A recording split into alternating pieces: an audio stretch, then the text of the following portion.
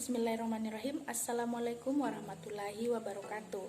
Perkenalkan, nama saya Gitang Raini, kelas M73, NIM 1847042029. Baiklah, pada video kali ini saya akan melakukan sebuah simulasi mengajar mengenai keterampilan bertanya pada mata kuliah Keterampilan Dasar Mengajar. Nah, simulasi yang saya lakukan yaitu pada kelas 4 dengan tema yaitu tema 7, indahnya keberagaman di negeriku, subtema 1, keberagaman suku bangsa dan agama di negeriku, pembelajaran 1. Berikut videonya. Bismillahirrahmanirrahim. Assalamualaikum warahmatullahi wabarakatuh. Selamat pagi anak-anak. Bagaimana kabarnya pagi ini? Baik, alhamdulillah. Ibu harap semoga semua anandaku selalu diberikan kesehatan dan dilindungi oleh Allah Subhanahu wa Ta'ala. Karena kita masih dalam keadaan pandemi saat ini, jika anak-anakku keluar rumah harus mematuhi protokol kesehatan ya, seperti memakai masker dan selalu menjaga jarak, juga selalu mencuci tangan dengan air bersih. Paham? Nah, baiklah anak-anakku sekalian, sebelum kita memulai pembelajaran, kita berdoa terlebih dahulu. Berdoa dimulai. Bismillahirrahmanirrahim. Rabbi sidna ilman warzuqna fahman. Amin. Nah, anak-anakku sekalian, meskipun kita melakukan pembelajaran secara daring seperti saat ini, kita harus selalu mengutamakan kedisiplinan. Baik itu disiplin waktu dan disiplin dalam berpakaian. Paham? Paham ya? Nah, baiklah anak-anakku sekalian, marilah kita menyanyikan lagu Garuda Pancasila.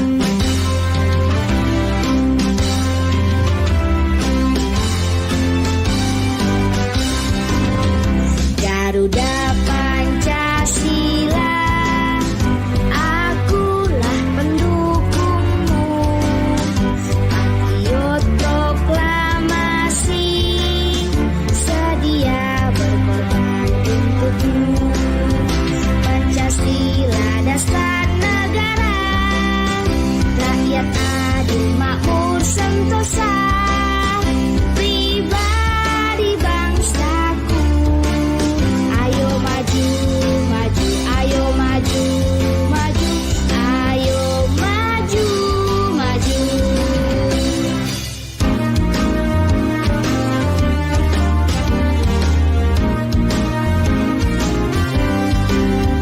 Garuda Pancasila, akulah pendukungmu, patriot proklamasi, sedia berkorban untukmu.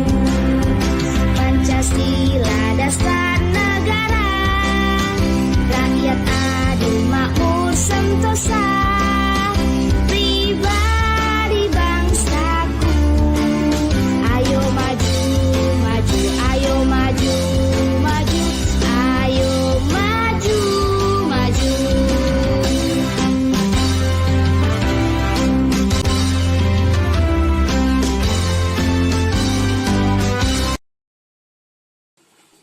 Nah, anak-anakku, itu adalah lagu Garuda Pancasila.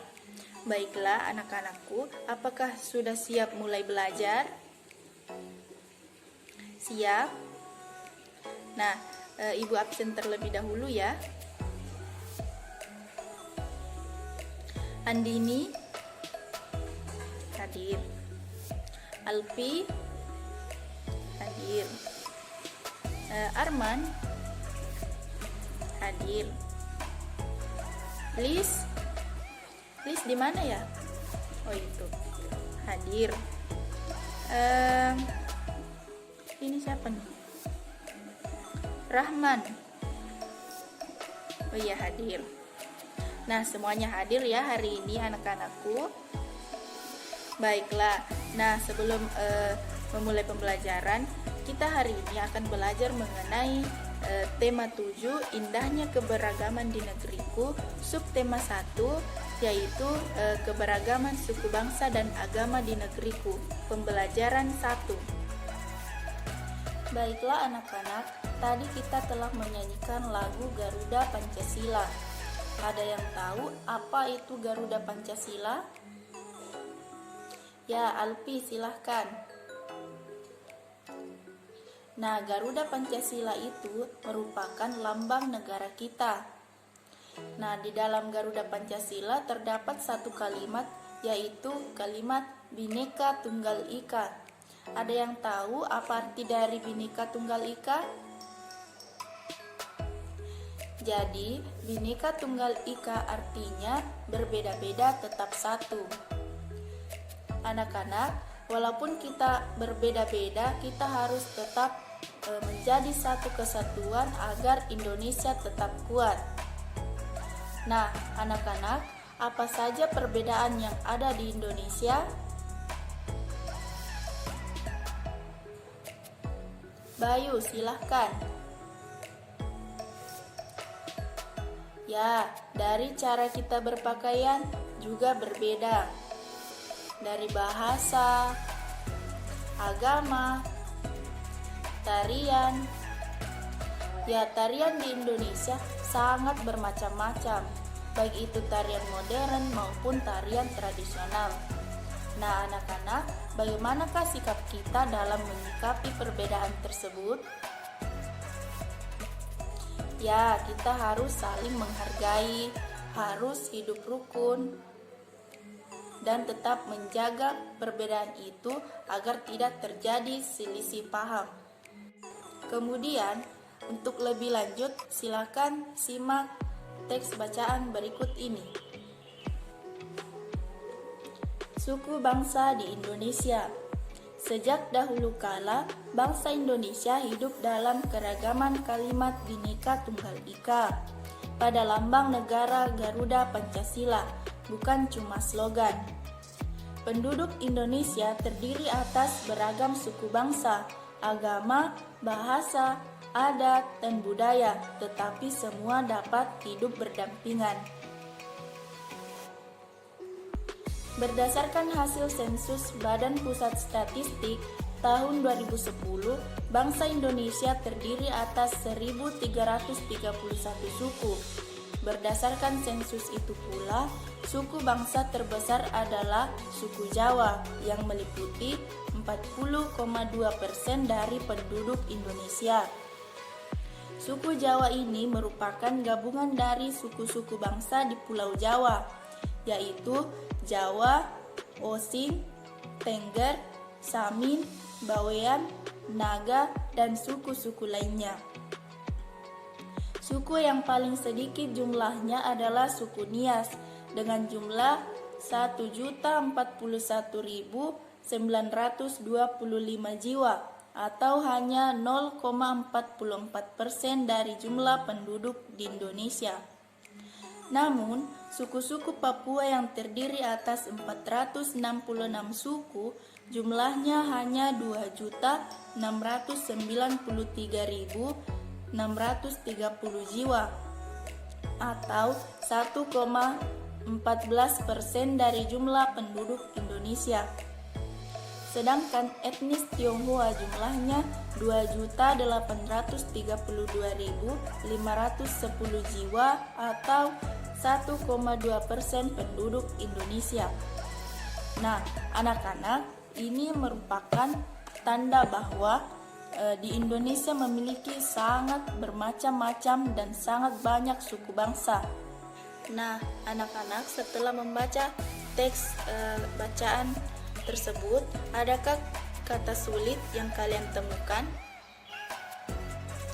Nah, jika ada, silakan tulis kata itu dalam tabel berikut ini. Nah, anak-anak, sekarang kalian sudah menemukan kata sulit dalam teks yang telah dibaca tadi. Sekarang kalian harus menentukan pokok pikiran dalam setiap paragraf tersebut. Ada yang masih ingat cara menentukan pokok pikiran dari setiap paragraf? Baik, Alpi silahkan. Membaca seluruh kalimat dalam paragraf.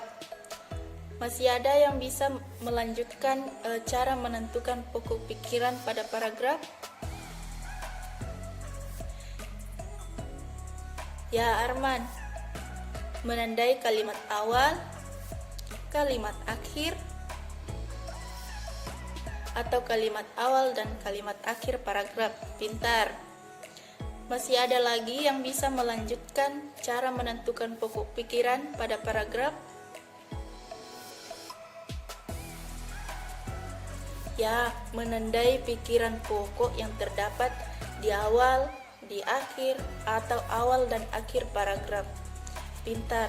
Nah, karena kalian sudah mengetahui cara menentukan pokok pikiran pada paragraf, silakan kalian berdiskusi untuk menentukan pokok pikiran pada paragraf suku bangsa di Indonesia. Sudah? Nah, siapa yang bisa menyampaikan apa pokok pikiran pada paragraf pertama? Nah, baiklah, silakan Narahman, pokok pikiran pada pada paragraf pertama ini apa? Ya, pintar. Penduduk Indonesia terdiri atas beragam suku bangsa, agama, bahasa, adat, dan budaya. Baiklah, kemudian anak-anakku, pada paragraf kedua siapa yang bisa menyampaikan pokok pikiran yang terdapat pada paragraf kedua? Silakan Nak Alpi. Jadi pokok pikirannya itu adalah berdasarkan hasil sensus Badan Pusat Statistik tahun 2010, bangsa Indonesia terdiri atas 1331 suku. Wah, pintar. Nah, itulah pokok pikiran pada paragraf pertama dan paragraf kedua. Nah, anak-anak, dari kegiatan sebelumnya kalian sudah mengetahui bahwa Indonesia memiliki banyak ribuan suku bangsa dan kemungkinan memiliki kebiasaan atau cara hidup yang berbeda-beda. Salah satu contohnya adalah alat transportasi. Silakan amati gambar berikut ini. Nah, anak-anak, apakah kalian menemukan persamaan dari ketiga gambar tersebut? Ada yang bisa sebutkan apa persamaan dari ketiga gambar itu? Ya, Nak Arman silakan.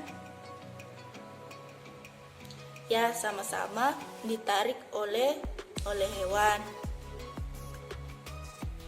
Nah, itu adalah salah satu contoh persamaan dari alat transportasi pada gambar yang telah kalian amati. Apa yang terjadi pada saat kuda menarik bendi? Ada yang tahu jawabannya? Ya, bendi akan bergerak. Nah, kemudian apa yang terjadi ketika pedati ditarik oleh kerbau? Ya, masih sama. Pedati itu akan bergerak. Ada yang tahu kenapa bisa bergerak?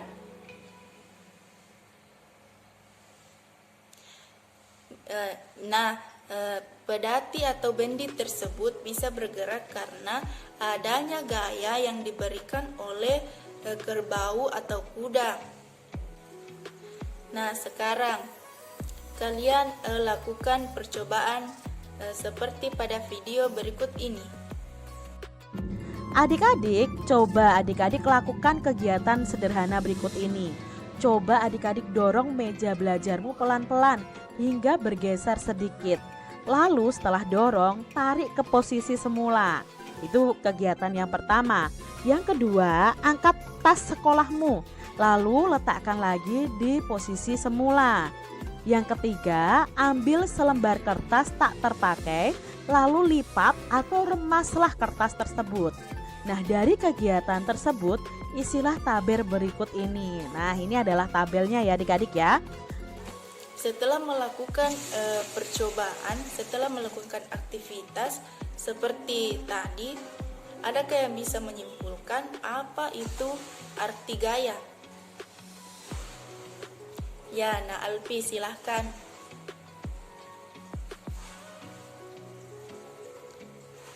Ya, sudah benar. Masih ada? Nah, Arman, silahkan. Nah, pintar. Gaya adalah dorongan atau tarikan yang dapat menyebabkan benda bergerak atau berubah bentuk. Itu adalah pengertian dari gaya.